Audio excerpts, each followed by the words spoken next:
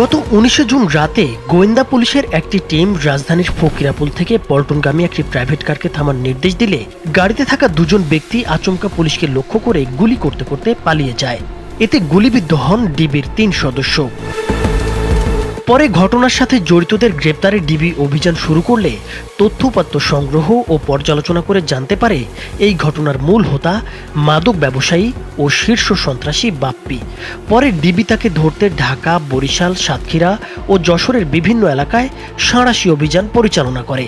অভিযানে 2 সহযোগী সহ সন্ত্রাসী বাপ্পিকে 3টি বিদেশি পিস্তল ও বিপুল পরিমাণ গোলাবারুদ সহ গ্রেপ্তার করেছে। ঘটনা শুরু গত 18 জুন।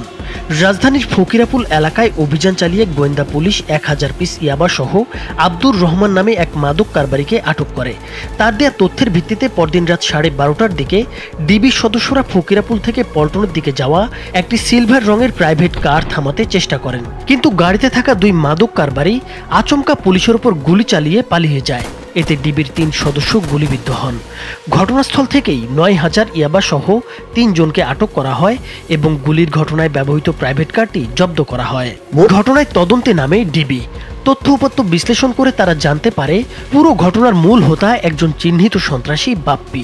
তার আরও কয়েকটি পরিচয় রয়েছে: মোহাম্মদ আলী, ফিরোজ আলম ও আহসানুল হক। তাকে গ্রেপ্তারে ডিবি বরিশাল, সাতক্ষীরা, যশোর সহ বিভিন্ন জেলায় অভিযান চালায়। শেষ পর্যন্ত গোপন সংবাদের ভিত্তিতে 28 জুন শনিবার রাত আনুমানিক 2টার দিকে যশোর শহরের ঘোপ নোয়াপাড়া রোডে নজরুল ইসলাম নামে এক ব্যক্তির বাড়ি থেকে বাপ্পি ও তার 2 সহযোগী আবু খালিদ সাইফুল্লাহ ওরফে বোমা রিপন এবং মোহাম্মদ কামরুল হোসেনকে গ্রেপ্তার করা হয়।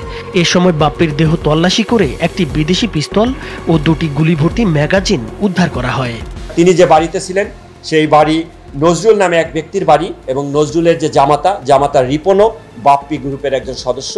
যে যদি পুলিশ অপারেশন পরিচালনা করে তাহলে তিনি আগুন জ্বালিয়ে দিয়ে ভিতরে শিশু, বাচ্চা এবং নারী যারা আছে তাদেরকে নির্মমভাবে হত্যা করবে মর্মে। উপস্থিতির এক পর্যায়ে দীর্ঘক্ষণ প্রায় 3 ঘন্টা অপারেশন পরিচালনা করার পর আমরা তাকে ভিতর থেকে বের করে এনে গ্রেপ্তার করতে সক্ষম হই এবং তার কাছ থেকে তাৎক্ষণিকভাবে একটি 7.62 পিস্তল এবং 2 ম্যাগাজিন গুলি আমরা তার কাছ থেকে উদ্ধার করি।